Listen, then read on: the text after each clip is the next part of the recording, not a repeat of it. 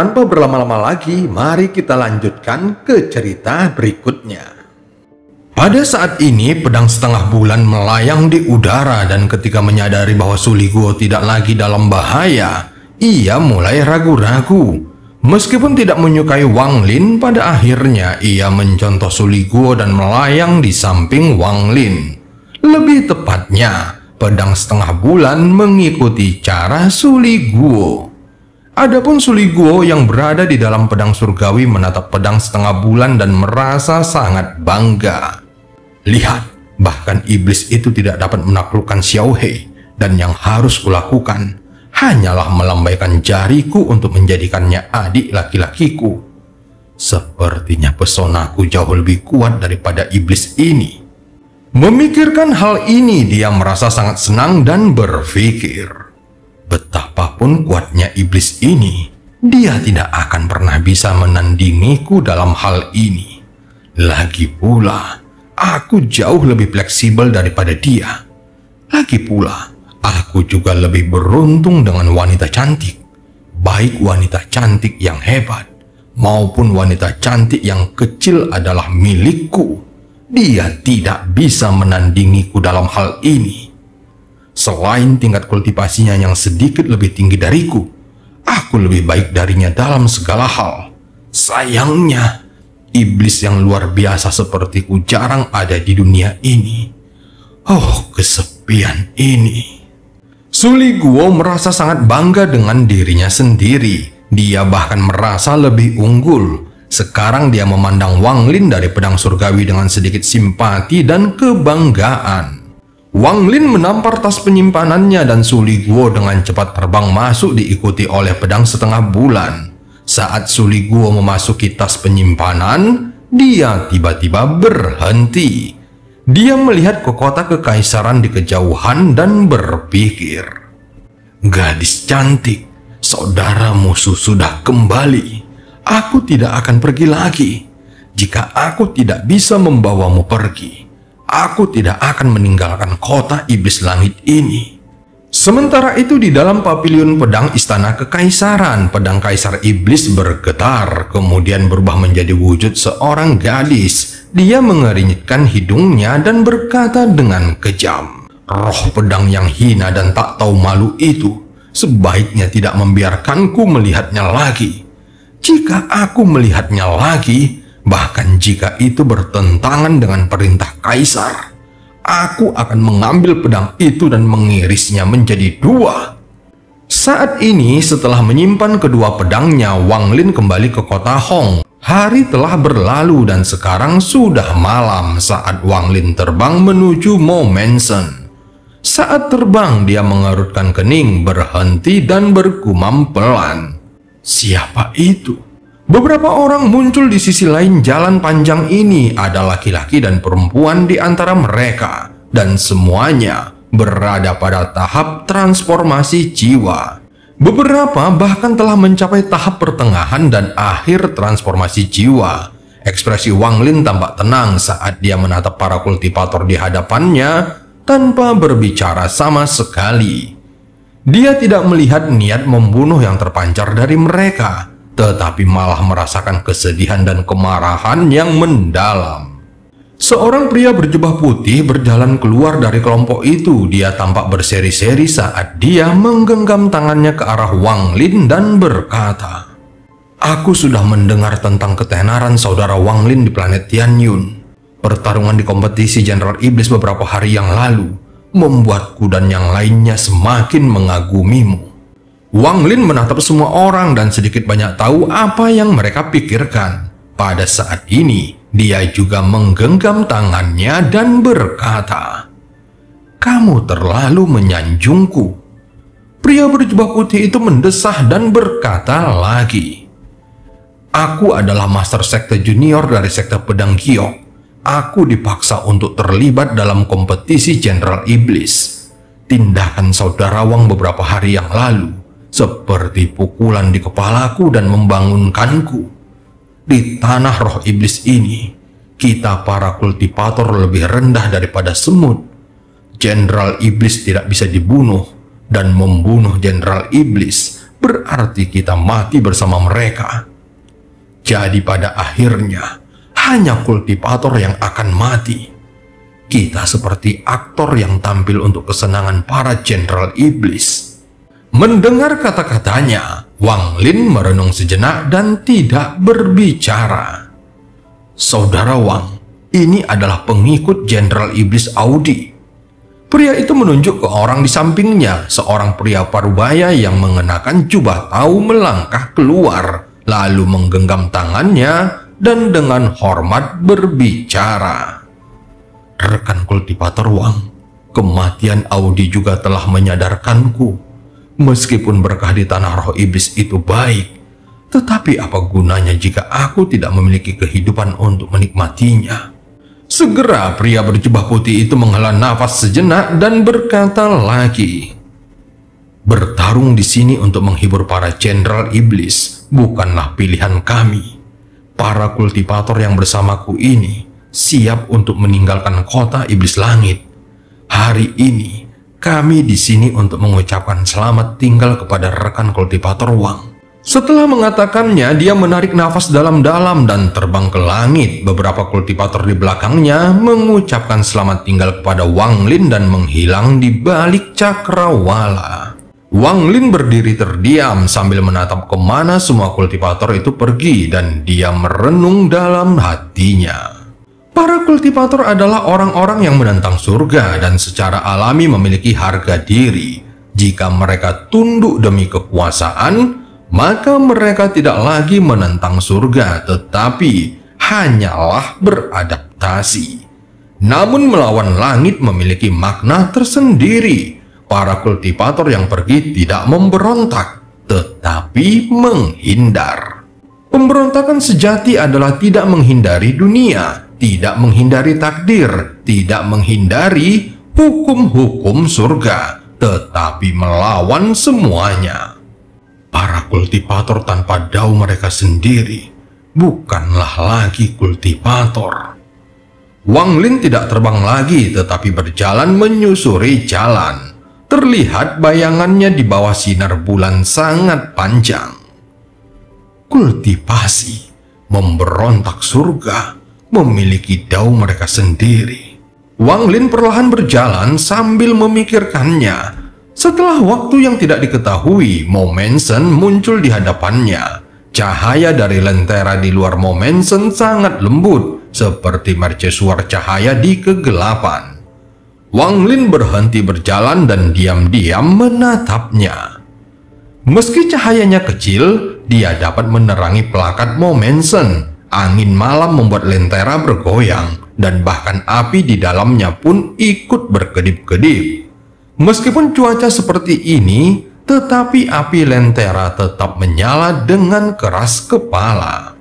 Saat Wang Lin berdiri diam dalam kegelapan, matanya menunjukkan sedikit pencerahan, namun ini masih belum cukup. Dia merasa seperti telah menangkap sesuatu, tetapi dalam sekejap mata, rasanya seperti sama sekali tidak menemukan apapun. Seketika, metamorfosis yang menakjubkan diam-diam berakar dalam diri Wang Lin. Waktu berlalu perlahan dan kegelapan yang menyelimuti bumi perlahan-lahan dipaksa surut oleh matahari yang terbit di sebelah timur. Di mata Wang Lin, kegelapan surut seperti air laut yang surut.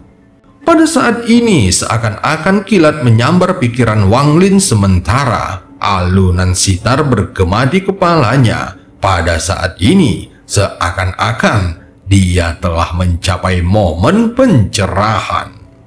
Apakah malam yang gelap tersapu oleh matahari dapat dianggap sebagai tindakan pembangkangan? Sifat pembangkangan ini akan menjadi kunci untuk mencapai tahap ascendant. Wang Lin memiliki ide yang samar-samar, pemahamannya tidak terlalu dalam tetapi telah mengakar. Mata Wang Lin memancarkan cahaya misterius. Alih-alih kembali ke Momensen, dia malah menuju ke sungai. Dia duduk di tepi sungai seperti biksu tua yang sedang bermeditasi. Meskipun tidak ada musik sitar yang dimainkan, namun di telinganya suara itu terus bergema. Musik sitar tidak memiliki emosi, tetapi karena kesedihan di dalam hati, itu menjadi musik yang menyedihkan. Ini bukan pemberontakan. Ini berbeda dari apa yang kurasakan sebelumnya. Lalu mengapa ketika aku mendengarkan musik sitar, aku dapat merasakan pemberontakan? Saat itu sudah tengah hari, jadi matahari bersinar terik di atas langit. Perahu-perahu pun tiba dan pemuda yang beberapa hari lalu berada di samping wanita yang sedang memainkan sitar, kali ini tatapannya jatuh pada Wang Lin yang masih jauh darinya. Saat alunan musik sitar mengalun ke telinga Wang Lin, pemuda itu berdiri di samping wanita itu memegang cangkir anggurnya dan mengangkatnya ke arah Wang Lin. Segera Wang Lin mengambil kendi anggur dan meneguknya. Pemuda itu menggelengkan kepalanya sambil menunjuk haluan perahu. Tetapi dia belum meneguk sedikit pun anggurnya. Wang Lin tersenyum melihatnya. Meskipun pemuda ini tampak biasa saja, namun dia memancarkan aura gembira. Wang Lin merenung sejenak sebelum berjalan menyeberangi sungai dan mendarat di haluan perahu. Wanita yang memainkan sitar itu tidak menyadari bahwa kini ada satu orang tambahan di perahu itu.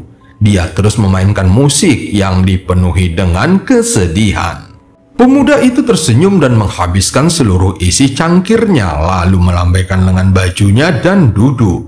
Wang Lin juga duduk dan minum dari kendi anggurnya. Dia mendengarkan alunan musik sitar dari dekat dan diam-diam memperhatikan tangan giok wanita itu. Tak satu pun dari 3 orang di haluan kapal berbicara. Setelah pemuda itu mengundang Wang Lin, dia hanya tersenyum. Dan Wang Lin tidak mau berbicara karena alunan musik sitar ini telah menggerakkan hatinya. Musik sitar terus mengalun saat perahu hanyut di sungai. Wang Lin menghabiskan sepanjang hari di atas perahu bersama pemuda itu. Jika mereka berdua kehabisan anggur, seorang pelayan akan keluar dari perahu dan menyiapkan anggur untuk mereka. Hari mulai gelap dan lampu-lampu mulai menyala di sisi-sisi sungai. Bahkan ada lampu yang menyala di perahu. Ketika perahu kembali ke tempat Wang Lin pertama kali naik, dia segera berdiri lalu menggenggam tangannya pada pemuda itu dan bersiap pergi.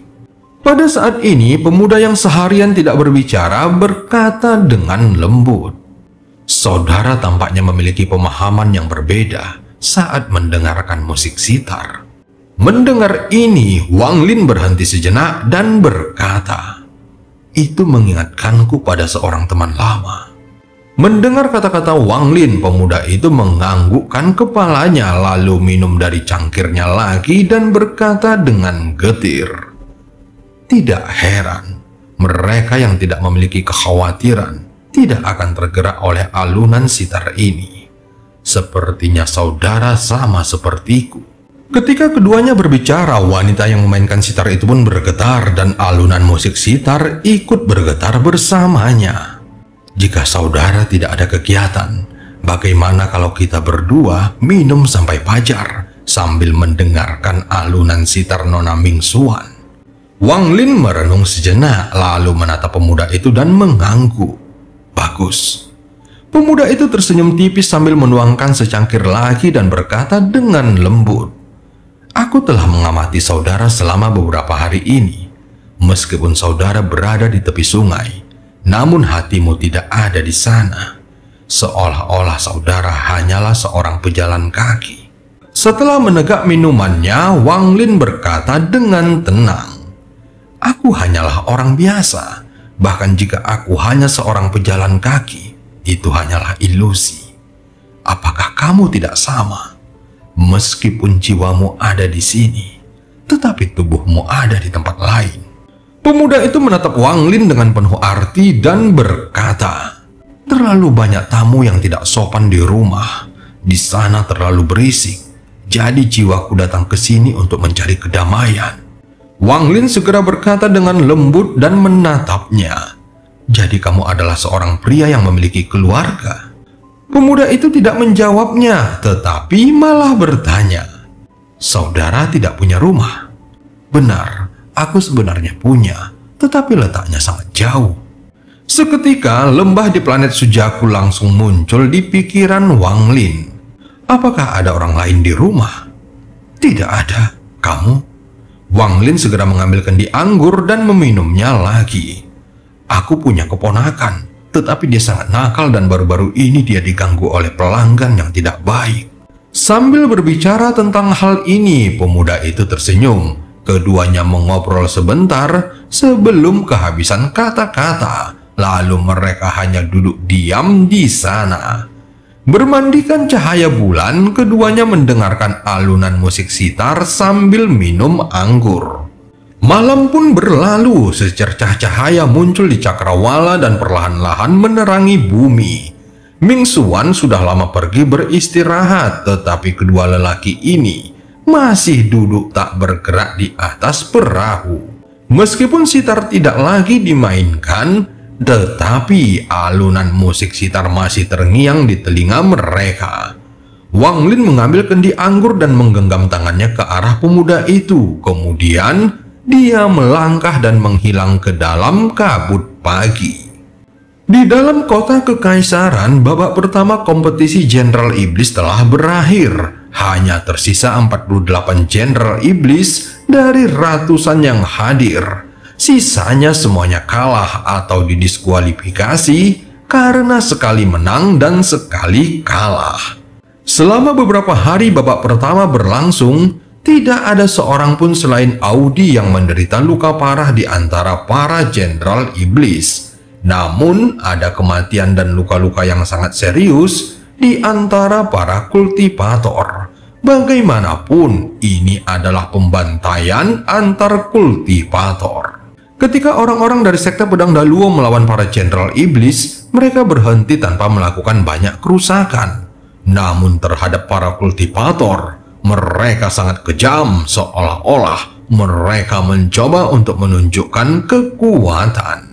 Sinar matahari pagi menyinari lapangan seluas 10.000 kaki itu. Bahkan ada lebih banyak orang yang menonton daripada sebelumnya. Bagaimanapun, pertarungan berikutnya adalah saat pertarungan yang sesungguhnya akan berlangsung. Kecuali beberapa yang berhasil karena keberuntungan, semua pesaing yang tersisa adalah orang-orang yang terkenal. 48 Jenderal Iblis berjalan melewati gerbang Iblis Langit. Niat bertarung yang kuat tampaknya membentuk binatang purba yang menyerbu gerbang saat gerbang itu dibuka. Pria berbaju emas di tengah alun-alun itu menatap dingin ke arah semua orang yang masuk. Ketika melihat Wang Lin, dia langsung mendengus dingin. Dari sudut pandangnya, Wang Lin hanyalah seorang kultivator biasa, tetapi berani melukai seorang Jenderal Iblis dengan serius. Di dalam benaknya, itu sudah cukup baginya untuk membunuh Wang Lin ratusan kali. Di negeri roh iblisku, para kultivator yang disebut-sebut ini hanyalah sekelompok bandit. Tujuan mereka di sini tidak lain adalah mencoba mendapatkan warisan iblis kuno. Jadi jika mereka mati, maka mereka harus mati. Namun jika mereka berani melukai Jenderal Iblis, maka mereka telah melakukan kejahatan besar. Pria berbaju besi emas itu sangat tidak puas dengan Wang Lin dan niat membunuh muncul di hatinya. Wang Lin menatap dingin ke arahnya. Dia menguasai seni pembantaian surgawi, jadi dia sangat peka terhadap niat membunuh.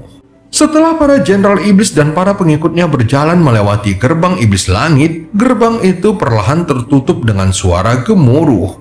Pria berbaju besi emas itu menunjuk ke genderang perang dan berkata dengan dingin, "Mengikuti perintah Kaisar Iblis, babak kedua telah berubah. Ini bukan lagi pertarungan, tetapi kompetisi untuk membunyikan genderang iblis ini." Setelah mengatakannya, semua ekspresi para Jenderal Iblis berubah dan menjadi cerah. Bahkan Mo Lihai gemetar dan matanya bersinar seperti yang belum pernah terjadi sebelumnya. Genderang iblis perang, ini adalah harta karun suci negara iblis langitku. Ini masuk urutan yang kedua setelah Danau Naga. Biasanya hanya ketika seorang wakil panglima tertinggi dipromosikan menjadi panglima tertinggi. barulah mereka diizinkan untuk membunyikan genderang itu. Persaingan Jenderal Iblis tidak pernah berubah sebelumnya. Jadi mengapa berubah hari ini? Sepertinya masalah memilih dua wakil panglima baru bukanlah hal yang tidak berdasar. Konon katanya, setiap panglima tertinggi membunyikan genderang ini saat menerima jabatan, tetapi sangat sulit untuk membunyikannya. Sejauh ini, hanya panglima tertinggi surga yang berhasil membunyikannya sebanyak 15 kali. Perdebatan mulai bergema seperti yang belum pernah terjadi sebelumnya. Bahkan perdebatan saat Wang Lin melukai Audi dengan serius jauh lebih lemah dari ini. Pria berbaju besi emas itu mendengus dingin yang menyebar di alun-alun seperti guntur dan menyebabkan semua orang terdiam. Meskipun dia tidak mengerti perintah Kaisar Iblis, namun dia tetap berkata dengan dingin. Genderang ini ditinggalkan oleh Kaisar Iblis pertama dari negara Iblis Langit, dan rumor mengatakan bahwa itu terbuat dari kulit iblis kuno. Mereka yang tidak memiliki cukup kekuatan akan meledak, bahkan sebelum mereka dapat membunyikannya sekalipun. Jika kalian dapat membunyikannya 3 kali, kalian kuat.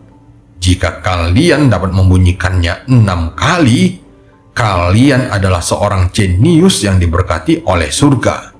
Tidak banyak dari kalian yang dapat membunyikannya 3 kali. 10 teratas di babak ini akan melaju ke babak berikutnya.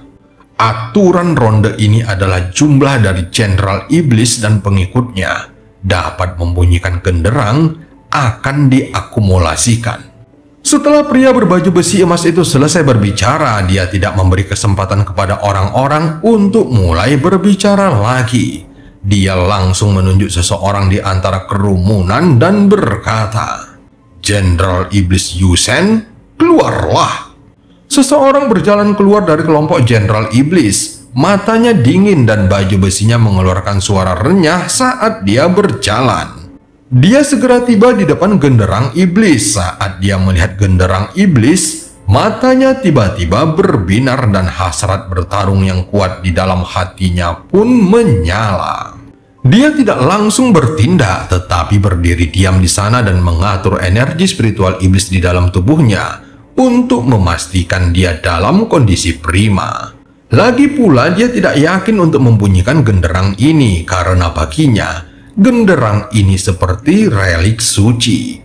Pria berbaju besi emas itu menatap Yusen dan berpikir di dalam hatinya. Dengan tingkat kultivasi Yusen, dia seharusnya bisa membunyikannya 4 kali. Jika dia memaksakannya untuk kelima kalinya, dia akan hancur. Dia hanya melirik sekilas sebelum menutup matanya. Tatapan semua orang tertuju pada Yusen, tetapi dia sama sekali tidak peduli dengan mereka. Agar tidak diganggu oleh orang lain, dia menutup matanya dan sama sekali tidak peduli dengan dunia luar. Dia akhirnya melepaskan aura iblis di sekitar tubuhnya yang menyebar ke udara dan terus mengembun. Seketika gelombang diskusi menyebar dari kursi penonton. Jalan pembantaian sangat sulit untuk dikembangkan.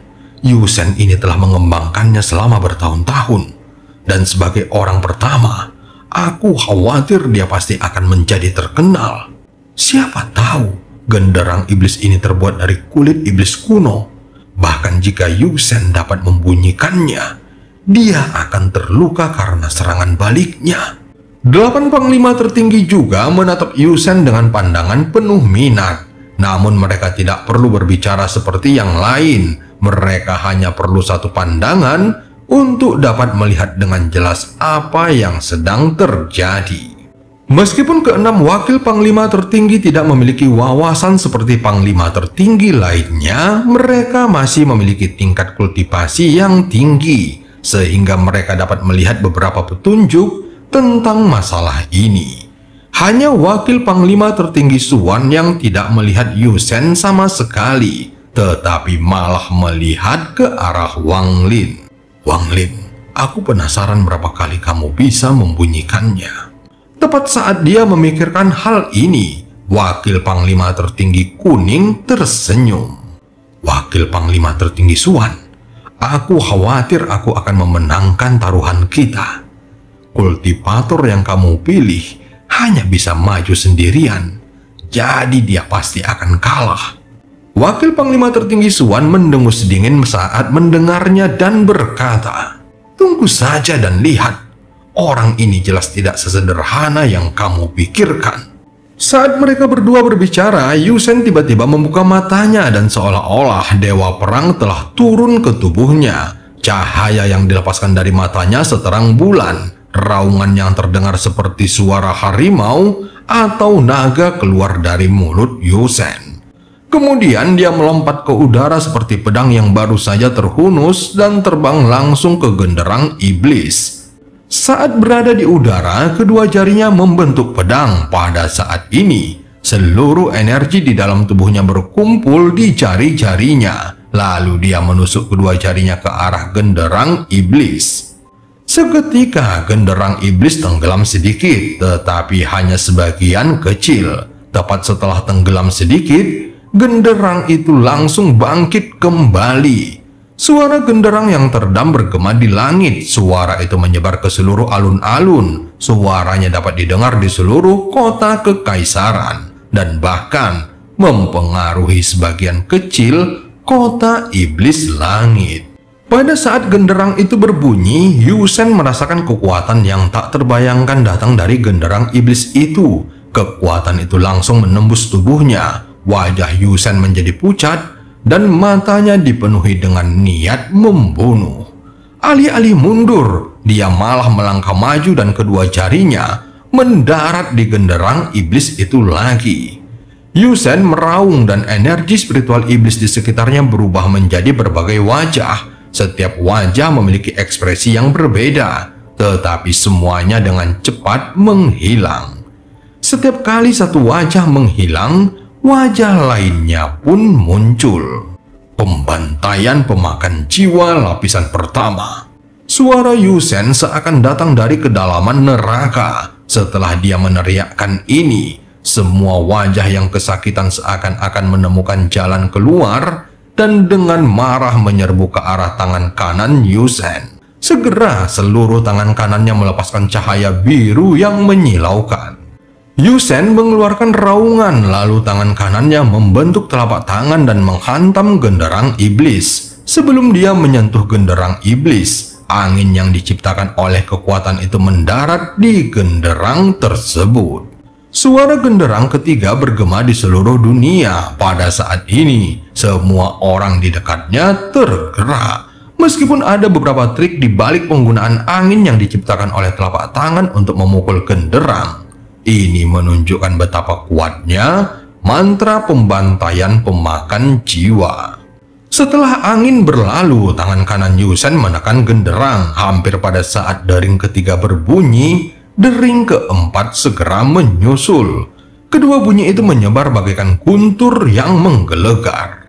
Yusen segera menarik tangan kanannya dan mundur. Kemudian dia mundur ribuan kaki sebelum akhirnya menstabilkan tubuhnya.